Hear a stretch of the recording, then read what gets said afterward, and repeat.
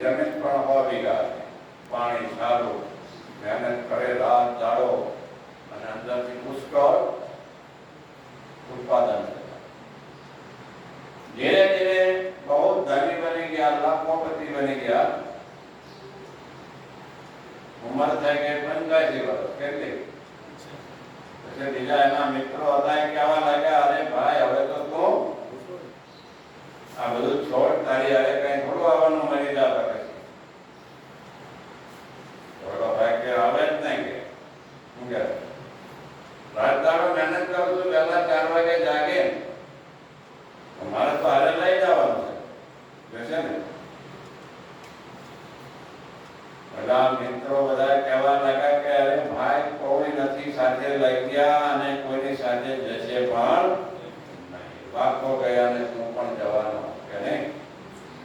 તારી હારે કાંઈ નહીં આવે કેમ ન આવે એટલી મહેનત કરી છે કે નહીં ભાઈ કે નહીં હવે ભાઈ તો જેને એને પૂછવા લાગ્યા કે આટલા વર્ષ સુધી મેં મહેનત કરીને મેળવ્યું છે મારે લઈ જાવ છે સાથે એવો કોઈ ઉપાય બતાવો તો બધા કે એનો ઉપાય કાંઈ નથી ચલો ભાઈ ચિંતામાં પડી ગયો કે આટલી બધી મહેનત કરી અને નહીં મળ્યા પછી હારે ન આવે તો તને નકામો કહેવાય શા માટે મહેનત કરે પૂછતા પૂછતા એક એવા સંત મળ્યા એને બહુ સુંદર સંતના ચરણમાં પડી ગયો દંડવત કર્યા ઉદાસ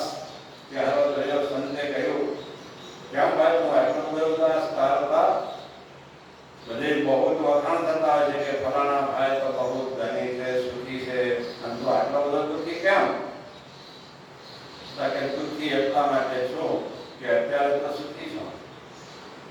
ધન છે સોના ચાંદી હીરા માણેક બધું છે બીજું ખાવાના પદાર્થ પણ સૂકા મેવા અનેક પ્રકારની બંગલા ગાડીઓ બધું વસાયું છે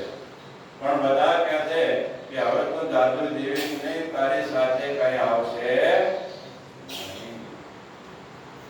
અને મારે લઈ જવું છે તો બાપુ કે કૃપા કરો કે મને લઈ જાય એવું સલાહ સૂચના આપો સમજણ આપો કે હવે મને આજે જે બધું ગમતું એ બધું હાજર લઈ શકું જ્યાં જવું ત્યાં મને મળે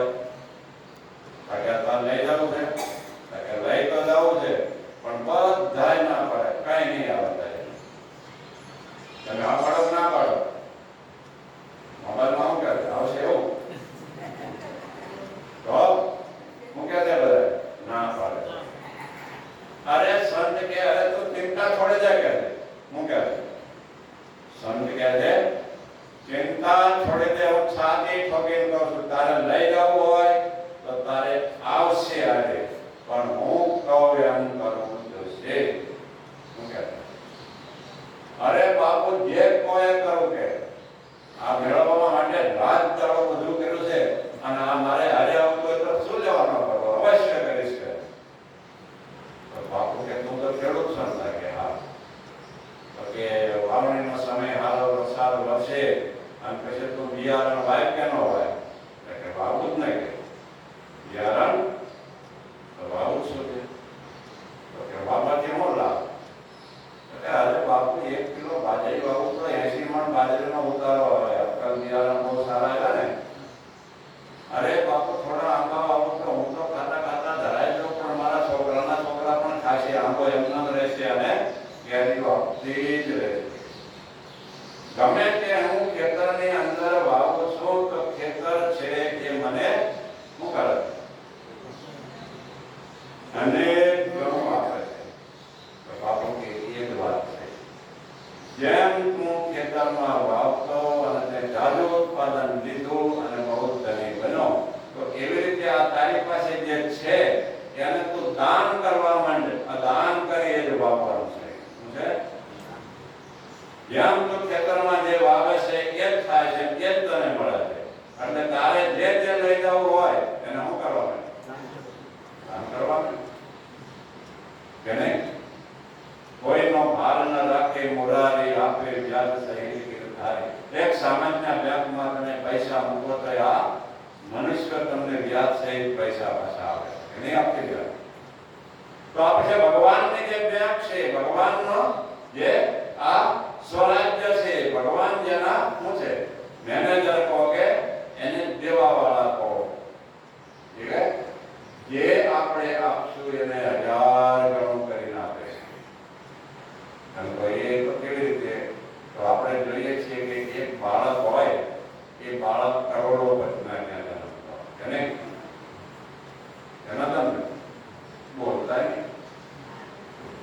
બીજો બાળક એકતામાં જ્યાં રહેવા માટે ઘર નથી, જારું ટુકડું નથી, કોઈ સારી જગ્યા નથી, ગટર નહીં, બંને બાજુ ટુકડા હોય છે ને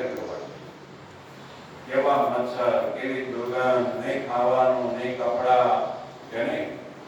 કેમ યાદ કે એને કઈ દાન ન આપ્યું, કઈ ના કર્યું? જે ખેતર તમારું સારું છે પરંતુ તમે વાવો જ નહીં,